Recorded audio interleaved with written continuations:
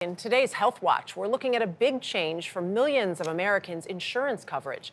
This year, a new spending cap on medication goes into effect for the first time, helping many people who are on Medicare. CBS News medical contributor Dr. Celine Gounder is editor-at-large for public health at KFF Health News and joins us now. Good morning. Before we get to that, let's start with something that a lot of people are thinking about right now, norovirus. It appears that cases are surging. Why? And how can people try to avoid it at this point?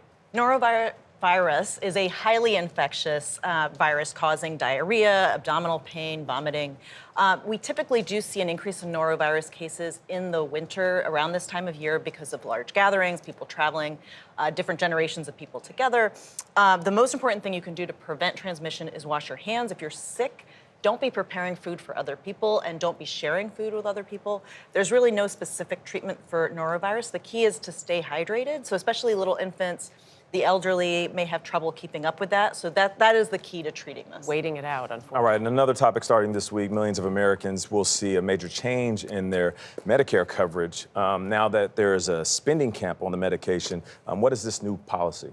So the Biden administration, or President Biden, signed into law the Inflation Reduction Act about 2 years ago in 2022.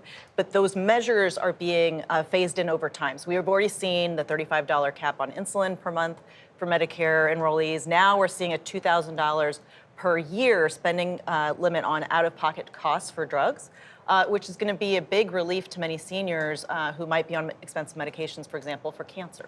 So what should people do if they're struggling to even get to the $2,000 spending cap if they can't manage those fees? And then with the new administration coming in, is there a risk that this could be rolled back? That's a good question. Well, so there is also a measure to have these prescription plans, a payment plan, so that you're really paying that $2,000 over the course of the year as opposed to maybe as a lump sum. So all of the plans are required to provide that payment plan option. Now, can the Inflation Reduction Act be rolled back? Congress could theoretically decide to do that.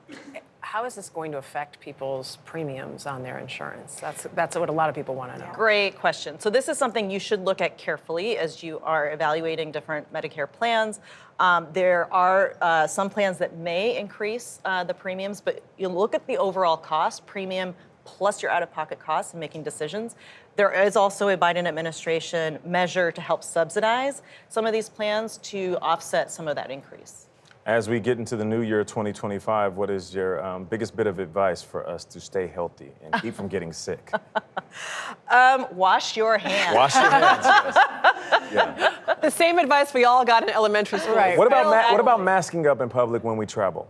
You know, it is useful, especially if you don't want to get sick. If you're somebody like us who's on the road a lot for work, you can't afford to take time off because you're sick. Yeah. No, it does help reduce your risk of getting the common cold, flu, COVID, RSV, all of these other things. So, you know, if you can't afford to get sick, that's We a see good thing to people do. on flights Yeah. doing it Masking more and up. more, at least this time of year I Right have. about that. All right, Dr. Celine Gounder, My thank you so pleasure. much. Good to see you. Happy New Year.